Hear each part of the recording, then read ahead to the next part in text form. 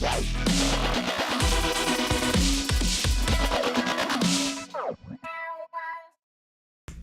everyone. This is Barry Vanover. Welcome to Ask Barry V Show. Of course, you know Mr. Miles Baker, and we have a special guest today. This is a friend of mine and a client, Caleb Plank from Bentonville, Arkansas. That's right. You got 3 schools: Bentonville, Fayetteville, and Springdale. So tell us a little bit about Arkansas. It's Squirrel Arkansas. hunting Yep. and big trucks with big tires. squirrel hunting, big trucks, and Walmart. True. Yes, and Walmart. Yes, Walmart is our spot on the map. I'm sitting here making fun of Arkansas, and I'm sitting in Knoxville, Tennessee. Right? I got off the plane with a guy in cowboy boots, shorts, and a huge beard, and I was just thinking, am I back home? What'd you say? These are my people? Yeah, these are my people, man. I was like, did I take the wrong plane back? Because, so yeah, no jokes about Arkansas. I'm on over a plane almost every other weekend, and always people, you start having conversations with people beside you, and they ask you where you're from. Yeah. And when I say Tennessee, I have never had a negative comment. Really? Tennessee, oh, great. I love Tennessee. Well, I need to start saying Tennessee So- because when I say Arkansas, they're like, yeah. I don't know. I don't know what they see about Tennessee on TV, Arkansas, but yeah. I guess it's Nashville and the It's music, the country Nashville music thing. thing. It's that authentic Everybody thinks country. we're Nashville over the Everybody entire gets wrong state. out there. Yeah. Do you play guitar? yeah. That's true. Arkansas That's true. doesn't get that reaction. They're like, Arkansas, do y'all have electricity Arkansas. and shoes? Yeah. You got Malik Monk now out of Arkansas. I don't even know what that is. Is that a Malik- person? Malik Monk is don't even know. an ex-University of Kentucky basketball player that just went to the NBA. Sports. No wonder. I'm like, is that a new shoe? Probably will be soon. Okay, all right. The viewers now are like, what is going on? Are these guys, what's in those coffee cups? Friends already, you right? know, we don't get to see We're a lot of too, each other a Yeah, lot, we're a little so too we laid just- back and relaxed We today. have fun. Okay. To work. Anyway, our show today is brought to you by 2 things. One, I want to give a pitch on my Business Maximizer program. I really don't have to pitch it. You can ask plenty of people that's doing the program. This is all of our business systems planned out in the order that the systems are supposed to be implemented on a timed basis that allows you to implement it one step at a time to get the best results. And the most beautiful thing is you don't have to talk to me. You don't have to talk to Mr. Baker unless you want to tune into a question and answer session. It's all laid out right there for you. And you can see more information on this on MA for martial arts, of course, mabusinessmaximizer.com. Also, the show is brought to you by Studio Pro Martial Arts Management Software. Designed by martial artists for martial arts schools specifically. This is not a software that doubles for a health club that somebody's tried to make some changes to. This is software that's designed to run a martial arts school with our systems in mind and our systems in place. They were doing a 6-month free promotion. I don't know if they're still doing it, so I don't want to say if you go to their website at yourstudiopro.com that you get your first 6 months free, because I'm not sure if that's over, but if the website says it, you can quickly do it. So go check that out immediately. Mr. Baker, what's going on? All right, question number 1 for this week comes from Lee J. Lee J asks, I live in the South. When is the best time to start back to school marketing? All the people in the North just went, you're asking about back to school? Right, we yeah, just we got just out. got out. Yeah. Summer just started, right? But the truth of the matter is we're on July 1st. The lady was it a lady? Lee J. Okay, whatever. Lee could be a lady, be, or yeah, maybe. could be a Pat, right? Yeah. Could be what else? Pat, Lee, Old school. whatever, right? Anyway, now she thinks I'm mad at her or I insulted They her. are or something officially like unfriending this page. that. Yeah. But she's right. July 1st is coming up this weekend, and school starts back here in Knoxville in the South. Second I week think of we're like August. the 9th of August, man. Fast. So, yes, she's absolutely right. I always said 3 weeks before school starts, and you can market the concept of back to school 3 weeks after school starts. If there's any weakness in there, it's 3 weeks after, because people forget about the back to school concept. It really ends quick. So maybe 3 weeks before, 2 weeks, 1 week after, right? Because people fall into that routine. The back to school concept is over. Now, so I'm saying 3 weeks before. And if you'll watch your local TV, when you start seeing Target And Walmart running back to school ads. You know it's time for you to be hammering Facebook and your social media and all your stuff for back to school, your email marketing and all that for back to school, because those people do the research and they know exactly when to do it. But for me, 3 weeks before, maybe 2 weeks after, and then back to school concept or promotion's dead. I'm trying not to be like see the commercial. Oh crap! What are we Too going to do late. for back to school? Yeah, be prepared 3 weeks before Let's make school some starts. flyers. Yeah, that's true. That's true. Our next question comes from Kathy W. She says, should I just use video ads or pick ads on social media? Oh, let's have our guess, man. That's a good question. So for me or Mr. Baker, well, I never let Mr. Baker hardly talk. But since you're a guest, do you want to start this one off? I'm going to use my words. Okay. Now, that's a good question, because the main thing is you really need both, because you got to have multiple layers. I feel like something on social media people miss and forget about sometimes is they're thinking call to action. I'm going to put something out. Whatever goes out, immediate action is I'm going to call that person. I'm going to text them. Where sometimes you got to layer it up where I'm going to really try to get an audience for a moment, get people to be fans, see a cute video, something neat, something inspiring.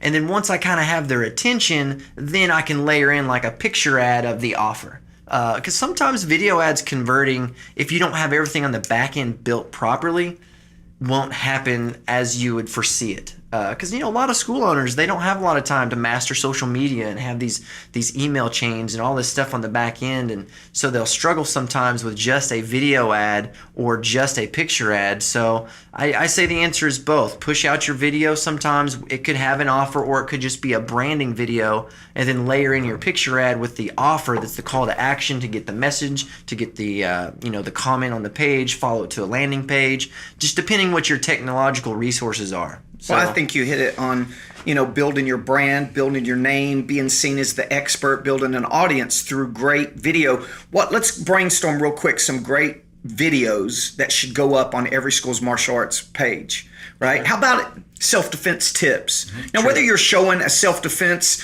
how to get out of the chokehold, but probably even more powerful is the prevention type self-defense concepts of never be moved to secondary location, real self-defense and real prevention tips. Those are great things to start connecting with moms, because it's information they can use. It sets you up as the martial arts expert in your area.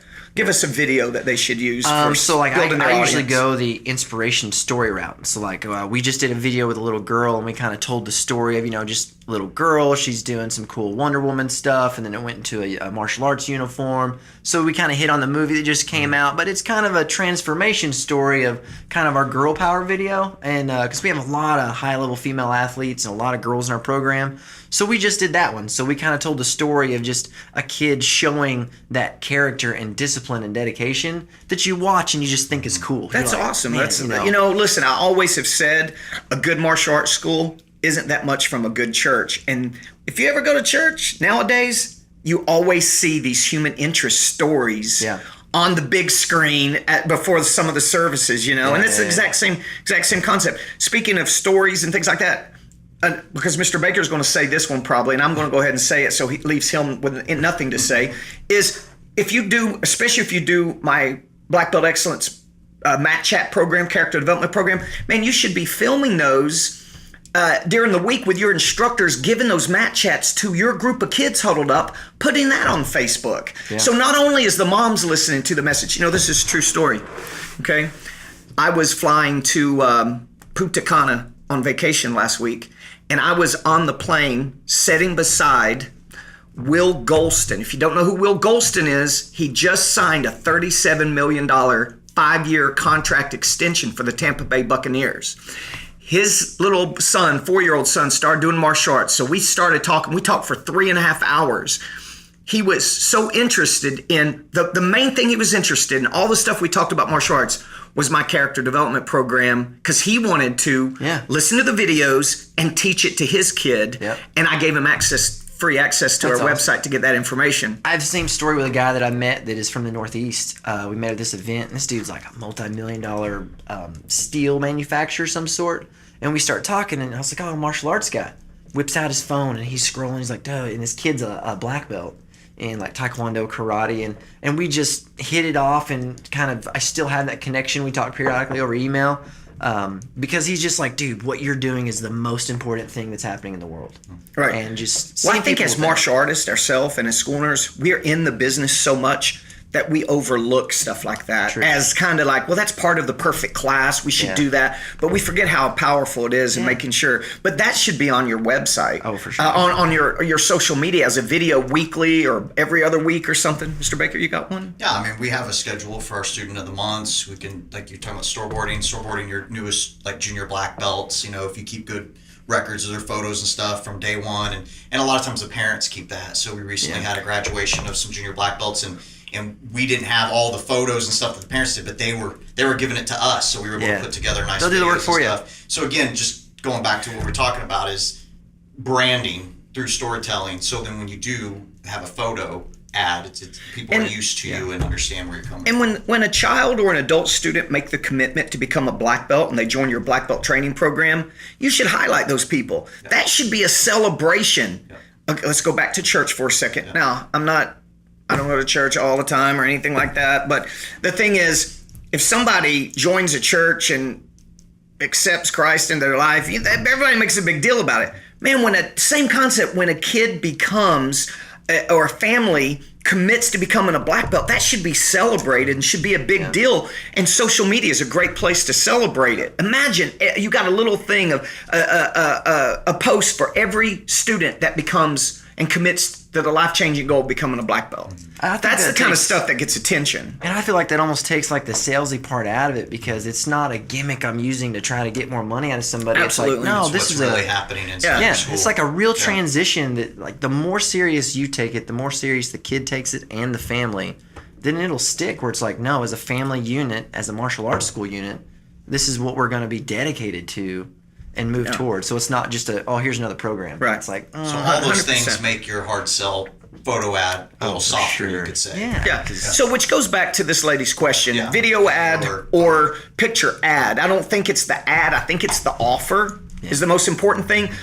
But we're saying video is going to help you build the audience and the credibility that when you put out that awesome offer, whether it's video or pic, they're more receivable for it. Or you know. Yeah, for sure. Multi-layered approach. Great. Next question comes from Tom K. He asks, I'm thinking of switching my curriculum from TKD to kickboxing or Krav Maga to help better grow my school. What are your thoughts? My thoughts on that is we teach Krav Maga. Premier Martial Arts, Krav Maga, and kickboxing is a big part of our curriculum. But you're a black belt in Taekwondo. You trained in Taekwondo. You know, I think Taekwondo is a great art. I don't think it's the art. It's how you teach. It's how you're running your business systems. It's how you run those classes. It's your relationships with your students.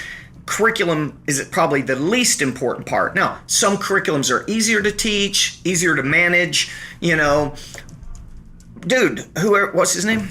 This is Tom. Tom, man, who are you? We were talking at lunch. This kind of not this question, but the concept I'm getting ready to talk about is be true to who you are, man. If you're a Krav Maga guy, then teach Krav Maga. If you're a Taekwondo guy and that's been your first love and that's what you're an expert at, teach Taekwondo. But it's how you teach it and it's how you run your business is most important. You guys got anything to add to that one? Man, I agree 100%. It's like, it doesn't matter what you're teaching. Now, there does have to be some congruency of like your passion about it and what you're teaching in a curriculum that goes with that. But it's not what you're teaching, but it's how you do it and the energy you bring with you. What brought up the lunch conversation we had about being true to yourself, deciding who you are, and being true to that. We were talking about Brazilian Jiu-Jitsu and how many people try to jump on the Brazilian Jiu-Jitsu bandwagon without the credentials, the knowledge to run jiu-jitsu programs or be a jiu-jitsu school. Yeah. Years ago, I knew this guy, and he literally switched. He would switch entire curriculums and style of his school for what was kind of hot at the time. This dude was even running a ninja school, ninjutsu, when he thought that was hot. I'm jealous. Then he became BJ, you know, all these different things. With me and some of my friends, it was a joke like, oh man, what kind of school is he this month? You know, he was never true to himself or his style or what he was. He was just like, what's hot? Let's jump onto it. Yeah. Fitness kickboxing's hot. Let's take all of our other classes and push them to the end of the night and let's do kickbox classes all night, you know, and that's great while it's hot, maybe, but it doesn't, you know, in the long run, it's not going to do you any good because it's not what you're an expert at. Well, and then also too, like most people, the content on the floor isn't exactly why they are there. They think that's why they're there, but I mean, a lot of times it's those relationships with the students, the instructors. Like, it's a bigger idea of why they are involved in that environment. That's why they stay. And then most of them, not everybody, but most of them, parents come not for taekwondo or karate or jiu-jitsu. They come for what their child gets from martial arts. sure. Adults are coming for fitness and self-defense. Now, you can maybe say some curriculums or whatever might cater to that better, but yeah, you're right. Most people aren't coming For a particular taekwondo art. Yeah, versus they're coming kung for the fu or energy, whatever. the Yeah. relationships, the excitement. I mean, when you're pumped up to go out and do some ping pong, man, all your people are going to be like, dude, I'll play some ping pong. Right? Yeah. I mean, they're going to be into it. So, I agree with you. It's like, it's not so much the art now. If you need to do a transition because you're changing and evolving, then it makes a little bit more sense where it's like, man, I'm getting into We were this. talking about parkour this morning. If somebody that's teaching parkour ran a parkour school, taught character development, did all the things that we do, they would have as many or more students than we would. Yeah, right. Don't be putting this idea out there. You could upgrade parkour. You could run a parkour school if you do it like you did a martial arts Parents school. are buying the Well, character we have development. Miles has a client. The guy was it basketball? Yeah. Runs basketball programs, and Miles consults him and helps him. We're implementing what we do with our character development and with this guy that is running basketball camps and Same basketball idea. things. So Yeah. I have no idea what that initial question was, but I Doesn't think matter. we answered it. Yeah, absolutely. Yeah, switching curriculums or styles. Oh, yeah. Depends on your individual. Next question comes from Doug B. He says, I understand you promote the upgrade program concept, but I have heard this system is not good for customer service or retention. Shame on who did you hear this from? Shame on that person, whoever's talking about that. Look, it's simple. Upgrade programs have nothing to do with customer service and has nothing to do with bad retention. It has everything to do with good retention, though. But let's just talk about customer service and relationships with your students. Again, it's how you implement anything. Sure, if you're constantly hardcore selling all your students and you're not bringing any value to them, why would they pay more money and commit to more time for what's perceived at best the same old thing, same old service, and maybe even worse service, right? Of course nobody's going to do that. But man, if you've got an exciting school, exciting systems, exciting teaching techniques, then your students want to set a new skill level. They want to set a new goal for black belt training. They want to do these things. So, by the way, and schools, how do we have schools that have 600-700 students in them and have upgrade programs in place if it was bad for customer service? I look at it as an experience thing that some of my customers and clients, they want a different experience. So we give them some options to where if you want a different experience, that is available to you. Yeah, it's You know, what 'cause experience do you want your child to have on their journey to black belt? Yeah, because they're all good experiences and they're all going to serve exactly what, the main purpose is. But sometimes people want a little And exclusivity. talk about retention. Yeah. Especially in the day and age what of is more fidget spinners. What is better for retention? Signing up a student and them in basically the same program and just changing belts, or signing up a student, moving up the belt rank, but changing uniforms, changing curriculum, added on curriculum. What's better for retention to keep somebody longer? Naturally, if you're changing their experience and providing that opportunity, and you know what? Nobody has to upgrade if they don't want to. It's not like we're twisting anybody's arm. So I would say you need better information from somebody. There's a lot of people out there giving information for free, and it's worth exactly that. It's worth free. Well, now, and Nothing. I've also heard like the thing where it's like, oh, well, if you run an upgrade program, then it's all about the money. Man, that's why you have scholarships. Like when my school is successful, there's times where you get a kid that's like, he's your best student. There's real financial issue. We have a scholarship program where these kids have access to that extra program Right. and things like that, to where you can do the right thing for people. And then you have people that financially are able to, pay a little bit more if it is a financial cost or a time cost, where it's like, it's not always about a financial thing. Right. It's like I said, that experience thing where, some kids And are not- going to do well and be leaders. And not to be that guy that just ups you constantly, because I'm not doing that. It's okay. We have our own nonprofit that's designed to give help to people that can't afford aspects. They can get partial scholarships, and that's Premier Kids Foundation. But it's not only for Premier Martial Arts School; it's any school that's a client of ours can be part of that nonprofit. Yep. And I used it years ago. I Yeah. forgot before we had set up our own. We had done that the first couple of years when we moved to Bentonville. I'd forgot all about that. Yeah. And not only do you get that benefit, but you get networking benefits with school systems and companies that won't network with anybody but nonprofits. You know? Yeah, true, which has helped.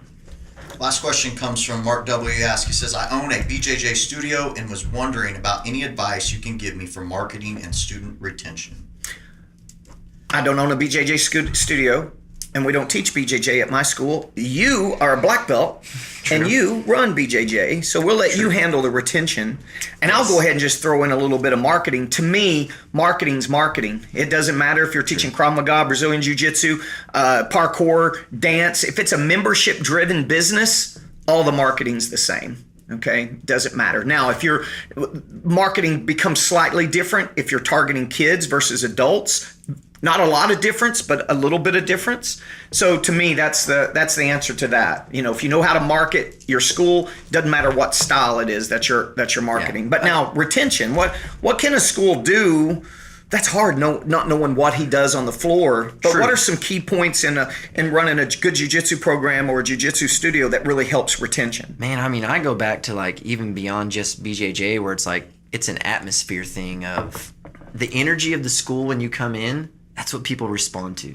So I would put this into two things. We got kids and adults, but primarily usually when people bring this up, they're talking about adults because they get guys that come in. Yeah, they've that's seen true. it on TV. They're kind of into it. And the biggest thing on adult retention is having a structured program so that when the new people come in, they know what to expect. They know what they're going to see. They understand how things work. And having almost like an on-ramp program, an intro program, a way to help new people that have never been on the ground. They have no reference. They've done no other sport, anything like it. Because at least with kickboxing, you've punched something in your life once or twice. Right, or act like you punched Yeah. something. I mean, you've done hand-eye coordination. Jiu-jitsu, it's like, here, lay down, and I'm going to lay on you and smother you, you know? So Right. it's like, so what we really work on is we try to have a very good on-ramp program for the white belts, the new guys. And also just setting expectations of your goal right now is to know what position are you in, or, you know, what technique just happened, instead of that, like, the guys that are trying not to get tapped, or like, I want to smash people, or things like that. And then the other thing is adjusting your intense personalities, because you always get the guy that's just naturally aggressive, young guy, and then you got the new girl that comes in and it's odd, and then they're partners and he just ruins her day and he's like, I don't know what happened, coach. Right. Is setting a structure up for drilling and certain exercises in class and adjusting the intensity levels. So that way, you know, the new guy, or even if he's a little bit older, you know, I got a bad shoulder, I don't know what I'm doing, I've been an athlete for 15 years, and you don't put him with a 20-year-old that's trying to train for the world championships. Right. So a lot of it's structure, and then just creating the community where you're just bringing these people together, not only on the floor, but off the floor. Right. You know, with having Facebook groups, or whether it be if you're, you know, texting the guys, but trying to bring everybody together.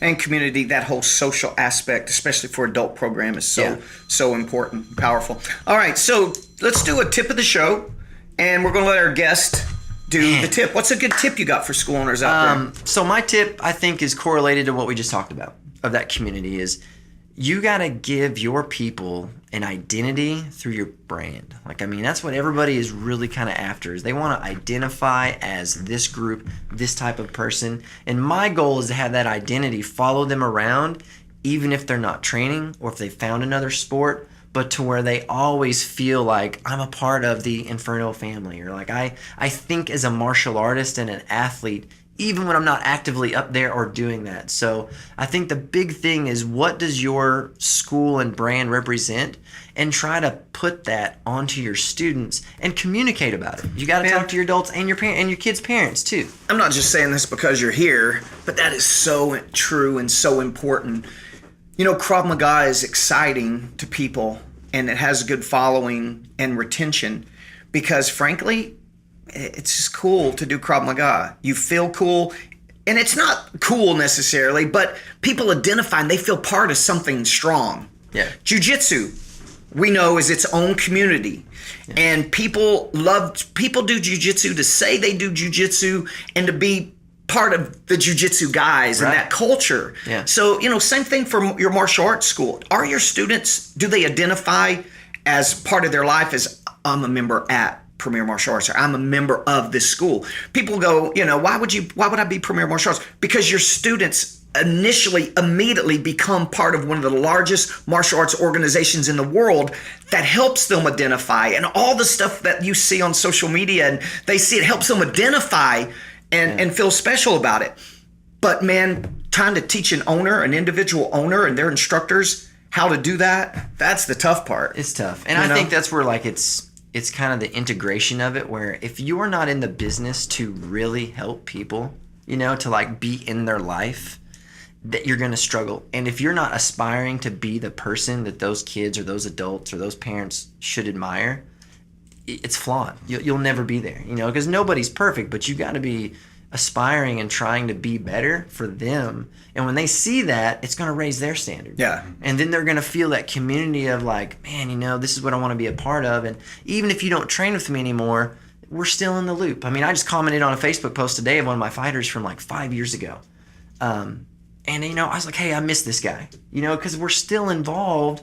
They're still a fan. They still matter to me. Of course, you can't do that with everyone. But when you build that culture, your people will take care of that. So you'll have a get together and have 5 or 6 students that don't train with you anymore. But I think a lot of that comes not only through relationships, but just quality. Yeah.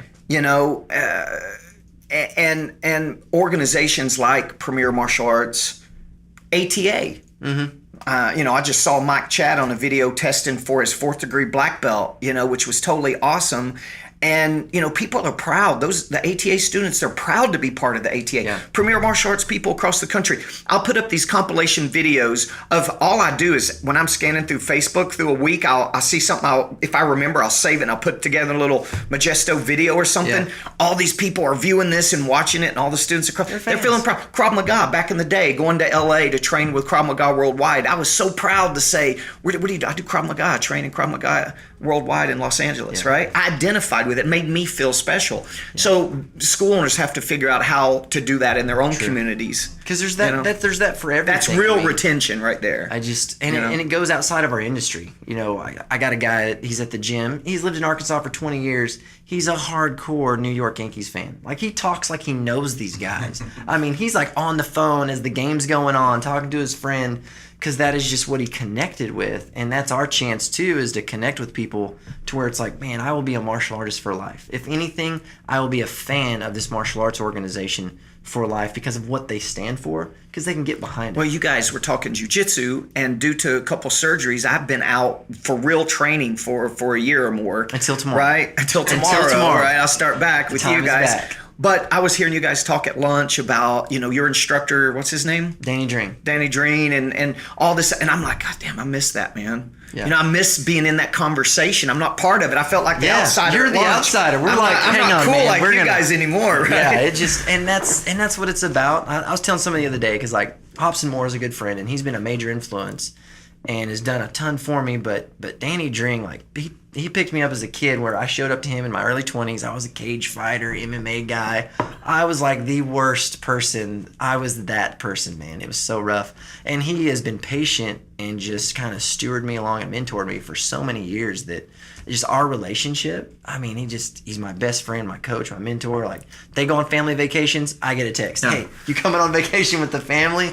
And that's what it's about. And that's what your instructors have to realize. The owner doesn't have to be at his school all the time to make this happen, but man, those instructors can't call it in. They can't walk in, teach what's on the piece of paper, the curriculum sheet, and leave and have any real connection with their students. You got to be all in, man, all in. Every successful guy I've ever met in the industry, because it wasn't too long ago that I'm calling you like, hey man, I'm broke, I got no students, I don't know what I've done, and every successful school owner I've ever met, and even now, they are hustlers for helping people. Like, they're in it.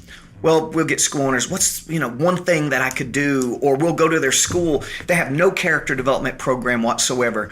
And man, this is going long, huh? We probably should wrap this up. But, if there's anything, one quick thing you could do is implement a real character development program inside your school that has meaning and organization for your instructors to start connecting with the students on an emotional, personal development level outside punching and kicking, and watch those parents start talking about your school to their friends and, hey, you need to bring Johnny to this, man, because my kid's getting these lessons every week and blah, blah, blah.